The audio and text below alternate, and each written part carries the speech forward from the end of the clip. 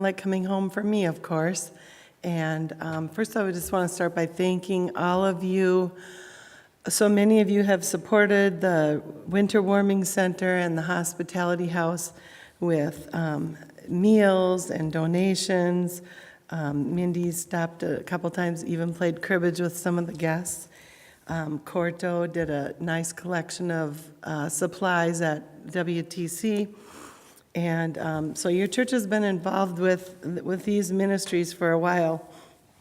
I'll just give you a little history about the Warming Center and Hospitality House. The Warming Center was started as a response to the overflow of homeless people from the Salvation Army. The Salvation Army was often full and did not used to allow people under the influence of alcohol or drugs to come in. That's changed a little bit, but both the Salvation Army and Warming Center are currently full. So the Warming Center originally could take 15 homeless adults. Every night it was in the basement of this Baptist church on West Avenue in Maine.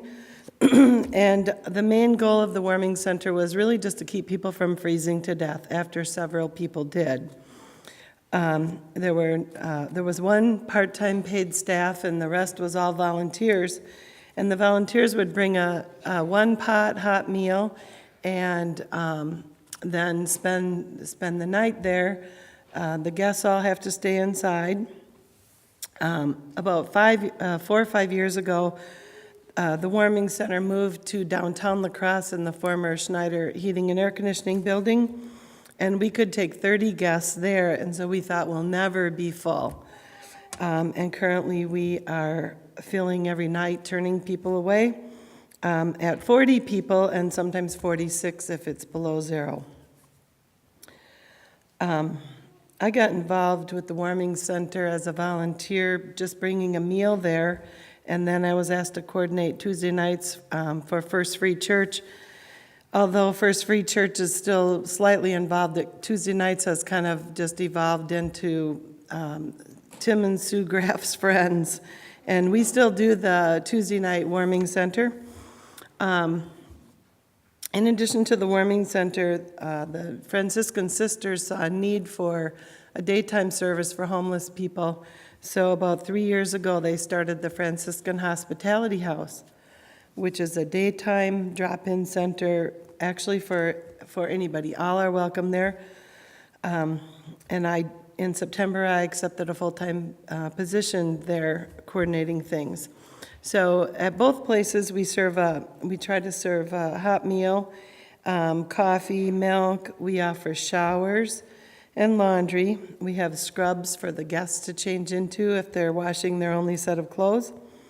At night, at the Warming Center, the guests get to sleep in a recliner, and they get one thin white hospital blanket to cover up with. They have to turn in everything that they bring in with them into a tote for the night, and that's to keep all of their possessions secure, because we have a volunteer that checks those things in, and also for the safety of everybody. The rules are simple. It's all about respect. You can do what you want to before you come in, but once you're inside, no drugs, alcohol, weapons, or pornography, basically. We see guests, they have to be 18 and older, and families with children we make sure get into the Salvation Army or other safe housing for the night, motels if they show up unexpected. But it's adults only, and I started, like I said, in September. Since September through February, so that's 6 months, I've seen a little over 400 different people, because we do track who uses our facility. And we meet all kinds of different needs. The basic needs that we meet, first of all, are companionship, a light refreshments, generally in the winter. Now we've been serving like a soup or a hot dish if we have them. We also offer, like I said, laundry, showers. A lot of people are just looking for some place to come and visit where they don't have to spend money because everything's free. The people that I see, thank you.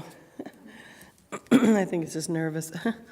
The people that I see struggle with a variety of things: mental illness, addiction, alcoholism, but all of them really are lonely. They're just looking for a place to hang out. The hospitality house was meant for about 20 people. That's actually what the website says. I just looked at that last night. And I'm seeing between 60 and 70 people in the 4 hours every single day that I'm open. We serve coffee, cereal, chips and salsa.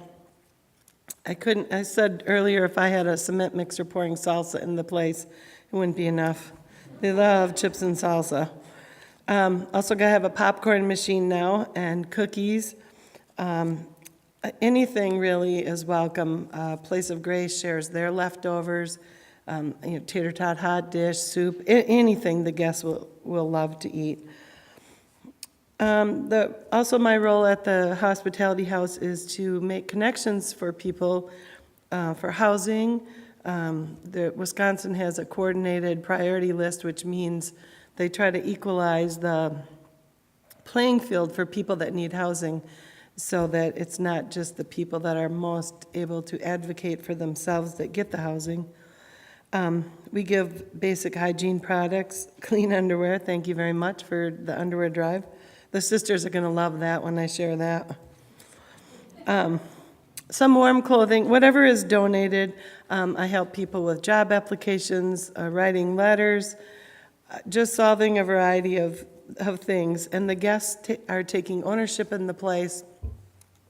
They help with cleaning. They help with checking people in.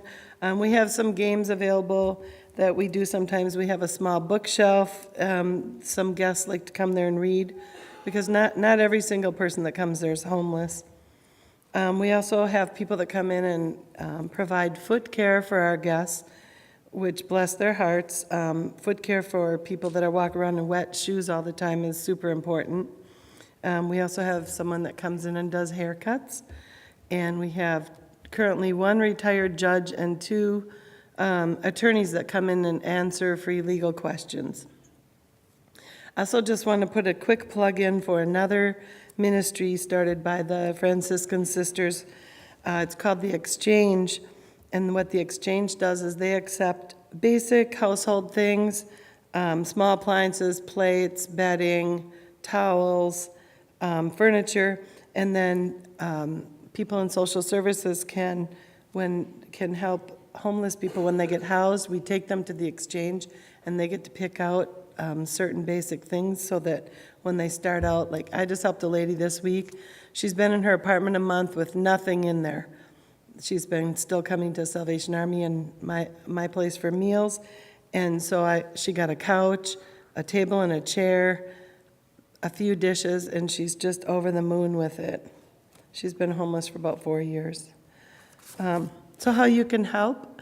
Volunteers are always welcome at both places. And the daytime volunteer hours would be 12:30 to 4:30 or anything in between. In the evening at the warming center, the intake goes from about 6:30 until 8:30 or 9. And if you're a night owl, we can use overnight volunteers. Overnight volunteers are paired with paid experienced staff, so you don't have to worry about being afraid of what might happen. Also, any donations, I'm gonna send a bigger list, but the underwear are always needed. People come in for a shower and they have basically what they have on, so that's really a basic need. I'll be in the lobby at Narthex afterwards for questions.